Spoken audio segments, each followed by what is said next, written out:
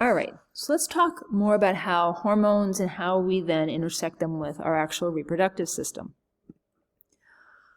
Well, first of all, I don't know how well aware you are of this, but there's many different ways you can define sex and gender, and scientists do define it different ways depending on like the type of research that's being done. So for example, you may define sex based on chromosomes. So whether the individual is an XX or an XY, right? So the most simple is XX equals female, XY equals male. Now, unfortunately, that seems like, yeah, of course, that makes total sense. Just wait, we'll get into a couple of slides in a bit where all of a sudden that's not as easy a defining characteristic as you think it would be. Then the next type is gonadal sex, whether or not the individual produces or possesses either ovaries or testes. Again, not quite that simple, and we'll see that in a little bit as to why it's not. Gametic sex is whether or not the individual is producing eggs versus sperm. Okay. Hormonal sex, whether or not hormone levels determine the sex of an individual. So if I haven't said this before, I will say this to you now. Both males and females have both estrogen and testosterone. It's just that females, let's just say they're very typical conceptual female, is going to have higher levels of estrogen compared to testosterone. It's a ratio. Versus your, again, very typical sort of stereotypic view of a male will have high testosterone levels compared to estrogen levels. So it's the ratio, not the absolute numbers. It's not like testosterone has to hit a certain number before you get male. It's just a ratio of the testosterone to estrogen will determine, I guess, the hormonal sex of an individual. And sort of the influence that the hormone will have on the individual. There is a morphological sex, and this will apply more toward animals, really, when we talk about, and you've seen this if you've ever watched a nature documentary, a lot of times males and females will have very different shapes. So we already mentioned this very early on in the endocrine system, where roosters will have a very different appearance from hens, right? But even in humans, I mean, males tend to be larger than females, again, as a general overall group. Even human males will have tend to have a slightly different color to their skin. Males tend to have fewer superficial capillaries than females. Females will have more. So again, female skin tends to have more of a pinkish hue to it. And then there's always behavioral sex, and then this is basically determined based on male versus female typical behaviors. So again, this tends to be a little bit more in the animal kingdom where we use behavioral sex, but that's again sort of like, roosters crowing, hens do not kind of thing. Obviously, as we talk about people, this becomes much more complicated. We have the concept of gender. So we have gender identity, which reflects the gender that an individual feels themselves to be. This may or may not align with any of those definitions of sex that we just described. Our culture also has gender roles that have shifted quite a bit over, the centuries and even decades. And it even will shift depending on what country you're in, as to sort of like that, what culture believes a proper, or I should say like promotes or sort of influences, maybe those are the right words, as to what a, typical acceptable male behavior is versus female behavior, right? And some of this stuff gets really crazy. Like, I don't know how much of this you guys realize, but, so way back in the day when trains were first developed, they didn't think women could ride in trains because they thought like basically their uterus would blow up. And just other like crazy things like that. And the same thing for cars. It's like there's all this like crazy gender role-y kinds of stuff that, women like that sort of prescribed to women versus men. And anyway, it's culturally and societally based, and it shifts over the years. So whatever. But it's a human construct. And then there's also legal sex, and this is more the technical thing that our government recognizes. You know, it's on your driver's license or passport kind of thing, your official designation. All right, so let's talk a little bit about how we actually form a female typical reproductive system versus a male typical one. Okay, first of all, there is one point in development, doesn't matter which gender or which sex the individual is going to become. At one point, they have bipotential gonads and the potential to either be female or male. Okay? So I'm going to say that again. At one point in development, early enough on in embryonic development, in fetal development, there is a point where you have the bipotential to either be male, to develop male gonads or female gonads, right? What is going to help determine that is that the proper system needs to be activated and then the improper system needs to be deactivated, right? So you have to activate one, deactivate the other, right? And that's how you're going to get one versus the other. Now, because this is a multi-step process, as you can imagine, things can go wrong, and they do. So we have lots of cases where we have exceptions to the normal female genital and reproductive system development and your typical male reproductive system development. All right, and that's what we're going to talk about now. So in females, the female system is called the Mullerian system. That needs to be activated, and the Wolffian system, which is the male one, needs to be deactivated, right? And that's how we get what that's called scientifically is that the individual is feminized and demasculinized. Now, very little has to happen in order for that to occur. Basically, really, nothing has to happen. As long as you're not doing anything actively, the individual will be feminized. It's sort of the default setting. You have to actively do something to get to the male reproductive configuration. So in males, you have to have testosterone, which is what this T is, to stimulate the Wolffian duct to develop. Okay, if there is no testosterone being produced or there are not the correct receptors, guess what? The Wolffian system will not develop. Okay, so again, if there's a problem with those receptors, the Wolffian system will not develop.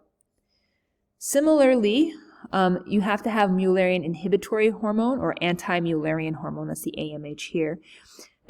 So for the male, not only do you have to tell the Wolffian system to develop, you have to tell the Mullerian system not to develop. Okay? So you have to have both occurring. The Wolffian system has to be told via testosterone to develop. The female reproductive system has to be told not to. Okay? So again, you have to masculinize, defeminize. Okay? So again, because there are multiple steps here, we have to make sure we have this Mullerian inhibitory hormone. We have to make sure you've got testosterone. We got to make sure you have receptors. Things can go wrong. Okay, so what's one of the as I term it, anomalous sexual differentiations that can occur? Well, the first one is due to a lack of the second chromosome, right? We are all either XX or XY, except for people with Turner syndrome, where that second chromosome is either lacking or it's damaged, so the individual is XO. Now, I should back up and say that you have to have the Y chromosome to produce enough testosterone, not just from an adrenal gland kind of androgen levels, in order to produce testosterone to masculinize the Wolffian system. So because there is no Y at all, there's just an XO, the individuals have the Mullerian system develop, so the female system develop. The male system is never developed because there's no testosterone being produced. So individuals look female at birth. Gonads rarely develop completely, so they're going to, well, I guess that's the best way to say it. They don't develop completely. However, when they are examined, they do resemble ovaries or some sort of like a early developmental ovary versus a testes. But because they do not develop completely, the individual cannot produce enough estrogen to enter puberty. And that causes a whole bunch of other problems that it's rare that that's the only thing that occurs. So there's a problem with the growth rate. There's usually problems with hearing loss, brain development, kidney dysfunction.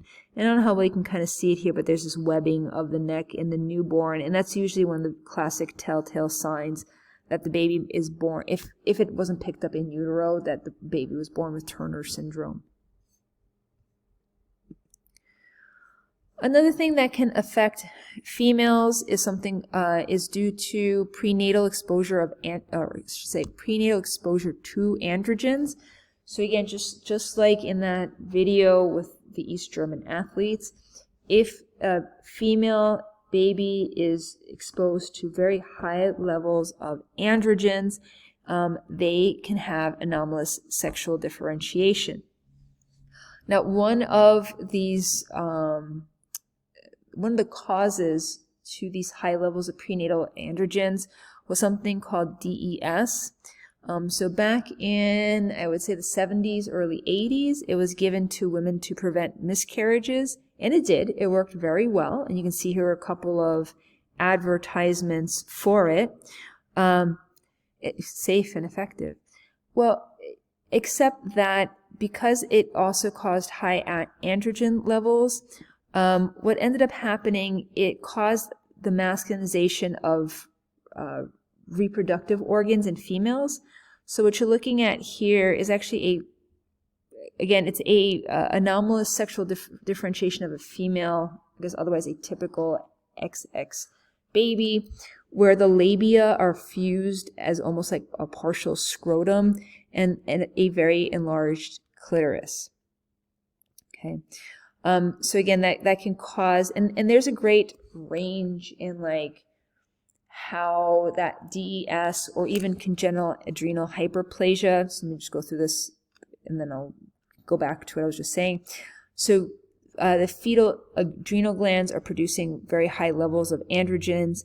Again, neither one of these will affect males, because having a little bit more androgen in a male baby will still stimulate the same development, so that's not the issue, but it can cause severe masculinization in the female genitalia. Okay, and this is what I just mentioned to you. And again, there's this great variation or spectrum in how much the female genitalia are affected. So you can have it where the clitoris becomes more penis-like, where the urethra is also exiting through part of the clitoris, or at the base of it, there may not be a separate vaginal opening, things like that. So it just really depends on how much androgens, how susceptible the infant was to them, or the fetus, I should say, how susceptible the fetus was to those androgens, and how high those levels were. Now, there can be problems with males as well. One of those is testicular feminization mutation. So in individuals who have testicular feminization mutation, they do not possess functional androgen receptors. They do not have the receptors for testosterone. Okay? So if we go back up to this slide here, remember, you had to have testosterone to stimulate Wolffian duct development. No testosterone, you're producing plenty of testosterone, but you have no receptor for it. So guess what? This never develops. Without this developing, you end up having female typic appearance. So going back down to this is a genetic mutation on the X chromosome. Because males are XY, they don't have a functioning copy then.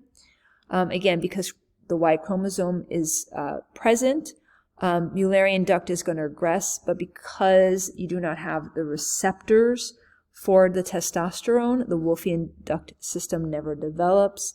So they look very female, because it's the estrogen levels that will dominate and will determine what the features and body structure will be like. right? Often people don't even know that, they are XY. So this individual has this testicular feminization mutation. They are XY individuals. So this is where I was mentioning to you before. Sometimes chromosomal sex doesn't quite make sense. It gets very complicated, especially as we have these anomalous differentiations. And these individuals, again, may not know until they try to get pregnant. And that's when they realize that they can't, or they hit puberty and they're not getting their menstrual cycle. And there's, the doctor may conduct some tests, and that's when it's discovered. 5-alpha reductase is an enzyme, right? That ACE is the key here. 5-alpha reductase is going to convert testosterone into a much more potent version of testosterone called dihydrotestosterone, and this occurs in utero. Okay, dihydrotestosterone is going to be critical for genital fusing. So again, for the reproductive system in the male to fuse into a proper scrotum, right?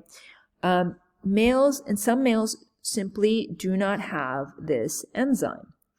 So developmentally, when they're in utero, their genitalia also does not properly develop. So their testes do not properly develop.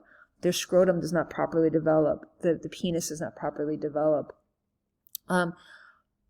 But when they hit puberty, because they do have functioning testes, they do have them, they don't present that way, because again, they didn't develop to present like male. But anyway, when they hit puberty and there's that spike in testosterone levels, it's a high enough level of testosterone. So even though they don't have this dihydrotestosterone, it's enough to undergo masculinization. Okay, this deficiency is found in some populations around the world. So you can kind of see that example here. But here's an individual who has this anomaly.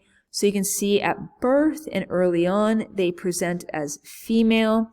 And then as they get older, so here at 19, they start developing more as your typical male. And then, as they are older, they are now producing enough testosterone that they are masculinized, right? So they have more masculine, typical broad shoulders, Adam's apple, all of that. In these cultures, a lot of times, because it's not that uncommon, people accept more of the sort of transition from male or from female to male a little bit more easily, I guess, because it's just it's not that rare in their culture, I guess is what I'm trying to say. Okay, a couple of other ones, and in this image, let me just be very clear, these images here, both this one and this one, belong to an individual who's Klinefelter syndrome. It is not this one, okay? So both of these images, again, are to this Klinefelter syndrome. Sometimes individuals have an extra X, so they are an XXY. Because of that extra X, they're going to have more female-typic features than your typical male. But because that Y is present, there is masculinization of the external genitalia that occurs. So they will have a penis, they will have testes, a scrotum, all of that. It may be somewhat smaller in size than your typical male. They'll have more of a female-typic pubic hair pattern, wider hips and narrow shoulders. A lot of times due to this too, they will have low sperm production, so a lot of times they're sterile. And there may be some other developmental anomalies that also occur for the individual. Again, both these images, here's a drawing of that which outlines sort of the different physical characteristics. And here's an image of an individual with Klinefelter syndrome. I do not have an image of someone who has XYY, which is the exact opposite, one too many Y chromosome. But again, it can also cause, anytime we have an extra chromosome, it can cause multiple issues in the individual. One of those is that they may be sterile.